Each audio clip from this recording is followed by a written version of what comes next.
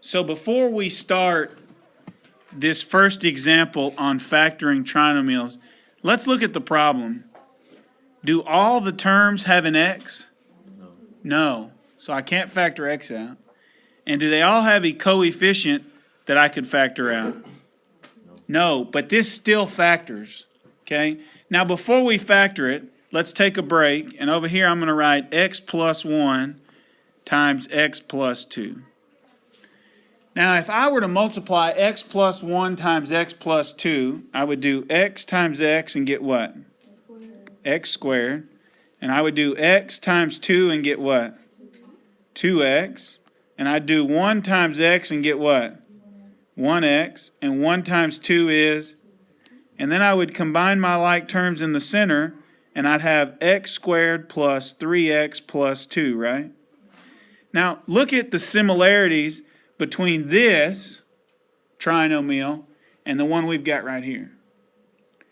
Anytime you have a trinomial that starts out with x squared and then has x, we know that this x in the middle is understood to be to the what power?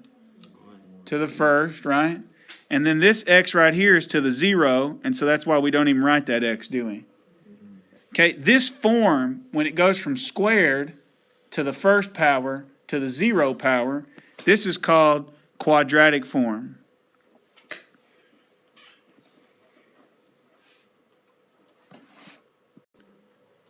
Let me say it again. Whenever you see the exponent go from x squared, so 2, to x to the first, and then x to the 0, as this one is, that's called quadratic form. Now, quadratic equations don't always factor. Sometimes they don't factor. But when they do factor, they factor into a product of two binomials. Product means multiply, right? So two binomials being what? Multiplying. So you see this right here, x squared plus 3x plus 2. What form is this in? Quadratic form. And I told you quadratic form, if it factors into two what? Binomials. And so that's what we're doing. Okay? I'm going to give you the quadratic form trinomial. Again, what is this right here? It is a trinomial. And normally a quadratic trinomial, if it factors, will factor into two what?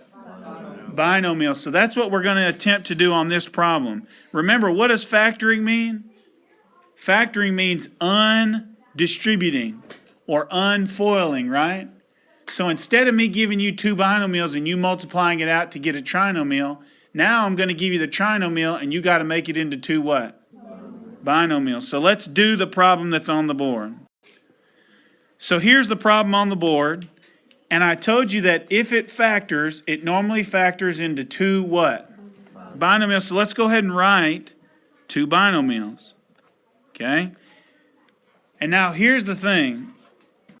Here's the thing is, okay, whatever goes in the first term in both binomials must multiply to equal what? X squared.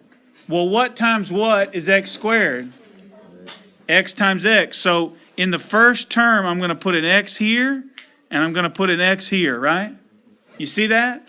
Now tell me, what did I just say? I said the first term in each binomial should multiply to give me the first term in the trinomial. Does x times x give me x squared? Yes. Yes. Now the second term in each binomial, when you multiply them, should give you the last term in the trinomial. The second one? Yes. Whatever's here multiplied by whatever we put here must give you 12. Okay? Now, that means we need to think of all the factors of 12. Okay? So what times what is 12? 1. Well, let's start first with 1 times 12. 2 times what? 6. 3 times what? 4. And I think that's all the factors. Okay? Now, we have to pick one of those three. All right? But here's the thing is, let's say I pick 1 and 12. They must add up to equal the center factor. Right? Can I do 12 plus 1 and get 7? No. Can I do 12 minus 1 and get 7? So I know that 12 and 1 aren't the one that I'm going to use. I'm going to mark those out. Okay, let's look at the next one. Can I do 6 minus 2 and get 7? Can I do 6 plus 2 and get 7? So I know it's not that one. Let's look at the next one. Can I do 4 plus 3 and get 7? Yes. All right, so there we go. So I'm going to put 3 here and 4 here, right? And I need it to be positive 3 times positive 4, don't I? Because positive 3 times positive 4 equals 12, and positive 3 plus positive 4 equals 7, doesn't it? And so I'm going to put a plus sign in both of these. Okay? Now let me tell you this. If this sign right here is positive, then the signs here and here will be the same. Okay? Either they'll both be positive or they'll both be what? Negative. It's just that if this sign right here is positive, then both these signs must be the same, whether they're both positive or both negative.